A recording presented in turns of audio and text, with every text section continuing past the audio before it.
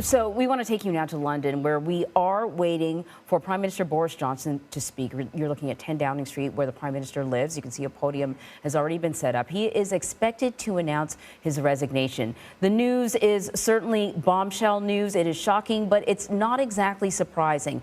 He has been plagued with scandal after scandal during his pretty short tenure as Prime Minister. Let's listen in. Hopefully the voice is audible through the speakers. This is an audio They're test. just doing a bit of an audio test. The expectation is that the Prime Minister will be approaching the podium any time now.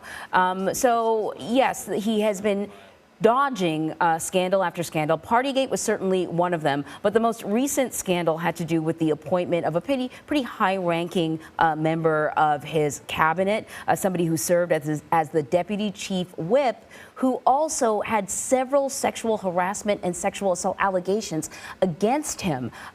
Boris Johnson initially suggested that he wasn't aware of the accusations. He later admitted that he was and appointed this individual anyway.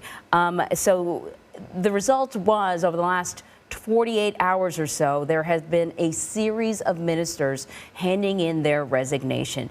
Overnight, dozens handing in their resignation. And early this morning, we learned that Boris Johnson has decided to listen to the calls from within his own party and members of the opposition parties, and has decided to resign. We see the door opening. The Prime Minister is coming out now. Let's dip in. Good afternoon, everybody. Good afternoon. Thank you.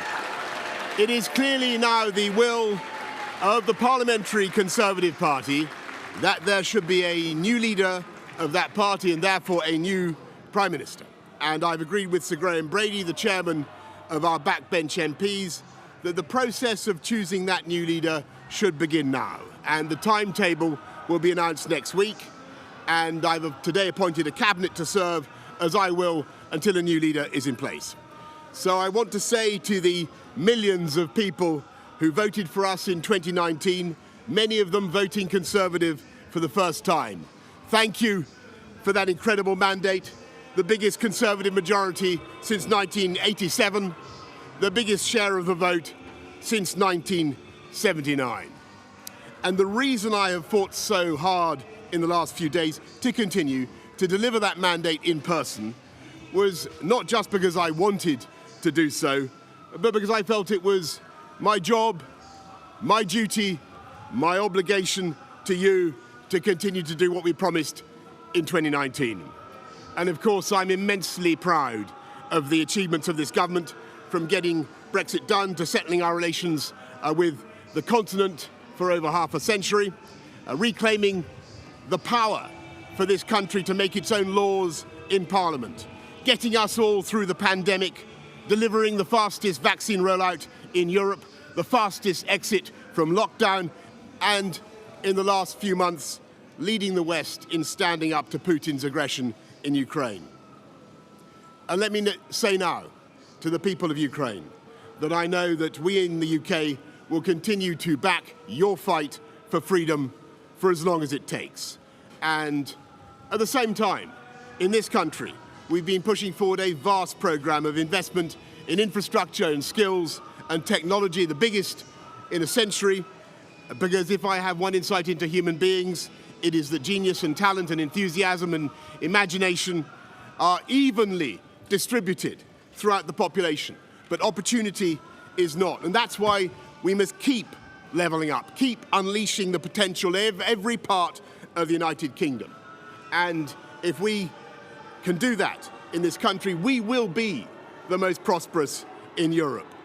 And in the last few days, I've tried to persuade my colleagues that it would be eccentric to change governments when we're delivering so much, and when we have such a vast mandate, and when we're actually only a handful of points behind in the polls, even in mid-term after quite a few months of pretty relentless sledging, and when the economic scene is so difficult domestically and internationally. And I regret not to have been successful in those arguments, and of course it's painful not to be able to see through so many ideas and projects myself. But as we've seen at Westminster, the herd instinct is powerful. When the herd moves, it moves. And my friends in politics, no one is remotely indispensable.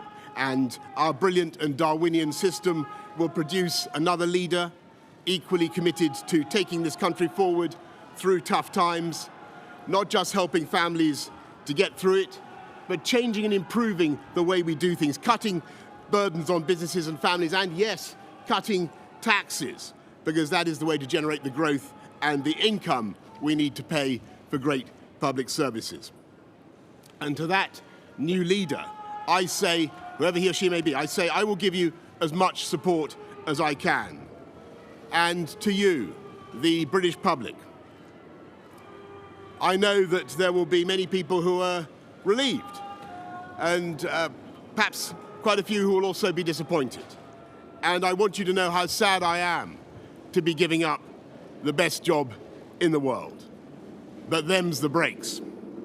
I want to thank Carrie and our children and all the members of my family who've had to put up with so much for so long. I want to thank the peerless British civil service for all the help and support that you have given our police, our emergency services, and of course our fantastic NHS, who at critical moment helped to extend my own period in office, as well as our armed services and our agencies that are so admired around the world, and our indefatigable Conservative Party members and supporters, whose selfless campaigning makes our democracy possible. I want to thank the wonderful staff here at Chequers, here at Number 10, and of course at Chequers, and our fantastic prop force detectives, the one group, by the way, who never leak. Above all, I want to thank you, the British public, for the immense privilege that you have given me. And I want you to know that from now on until the new Prime Minister is in place, your interests will be served and the government of the country will be carried on. Being Prime Minister is an education in itself. I've travelled to every part of the United Kingdom, and in addition to the beauty of our natural world, I found so many people possessed of such boundless British originality and so willing to tackle old problems in new ways that I know that even if things can sometimes seem dark now, our future together is golden. Thank you all very much. Thank you.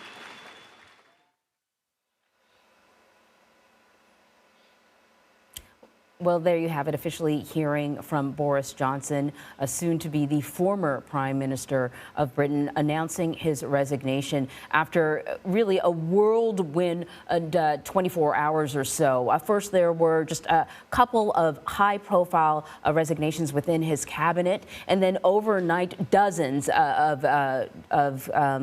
of cabinet members and aides resigning, over 40 of them, all calling for the Prime Minister to step down. And as you can see, he is heeding those calls and choosing to step down, plagued by scandal and domestic issues. What he did highlight, though, in his speech were what he considered his wins, navigating Brexit, the interaction with Ukraine, and the support that he gave, that Britain has given Ukraine during this time of need, and of course the vaccine rollout.